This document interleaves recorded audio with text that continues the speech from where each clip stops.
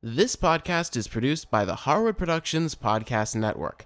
To learn more about the network and to find more of our shows, visit us online at www.harwoodpodcast.com.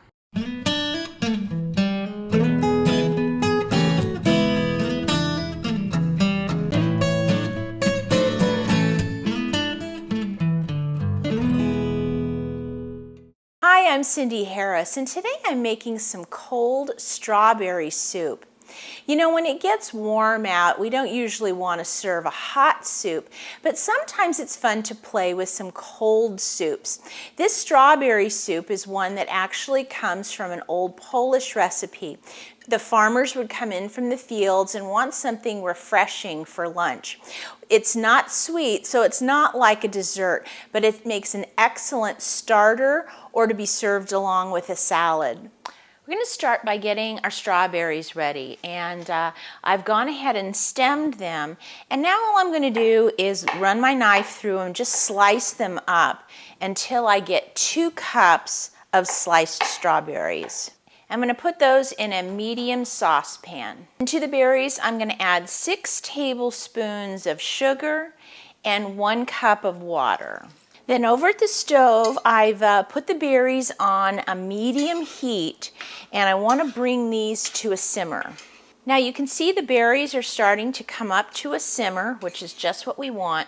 And then next I'm going to take in a little bowl, I have 2 teaspoons of cornstarch, and I'm going to put in 1 tablespoon of water. And I'm going to mix this together until it's totally dissolved. And then while those strawberries are bubbling, I'm going to pour that right in and begin stirring. And this is going to thicken our soup just a little bit. And I'm going to let this cook for just a minute or so. Then after a minute, I'm going to take this off the heat. And then next I'm going to add a cup of fresh orange juice, and this took about 2 to 3 oranges to get this much fresh orange juice. And then I've squeezed some fresh lemon juice. That's really going to brighten this flavor up. I've put it through my strainer to catch any of the little seeds, and I'm going to add 2 tablespoons of the lemon juice to the pan. I'm going to give that a stir. And then I'm going to put this mixture through the blender. So I'm just using my measuring cup, and I'm going to slowly put this into my blender. Then I'm going to put the lid on, and I'm going to just pulse this, just to kind of get it going. And then I'm going to go ahead and let it run until it gets nice and smooth. It just takes a couple of seconds. Now I like for this soup to be really smooth, so I have my large 8-cup measuring cup and my strainer, and I'm actually going to pour this mixture right through the strainer. It will catch all the strawberry seeds and any pulp from the orange juice or the lemon juice. And you can just take your spoon and kind of stir it, and you just see it comes right out, and you'll start to see how many strawberry seeds you collect. Now since this soup is a cold soup, we need to put this in the refrigerator, but right now it's way too warm. So I'm going to let this sit out on the counter for about a half an hour, just till it comes to like a lukewarm temperature.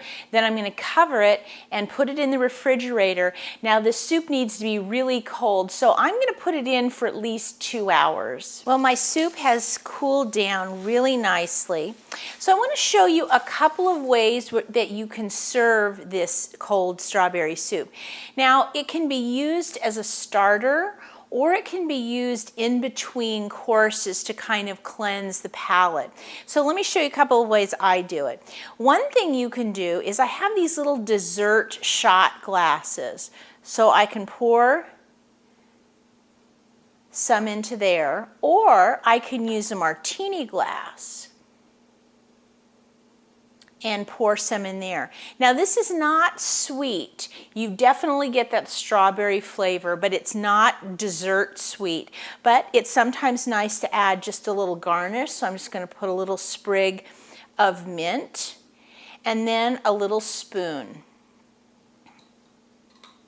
So no matter how you serve your strawberry soup, your guests are really going to enjoy it. It's so refreshing and so delicious. Well, if you'd like to try this cold strawberry soup, just go to our website and visit the Soups On show notes page, and I'll have the recipe there for you. And as always, if you have any questions, please send me an email. I'll see you next time.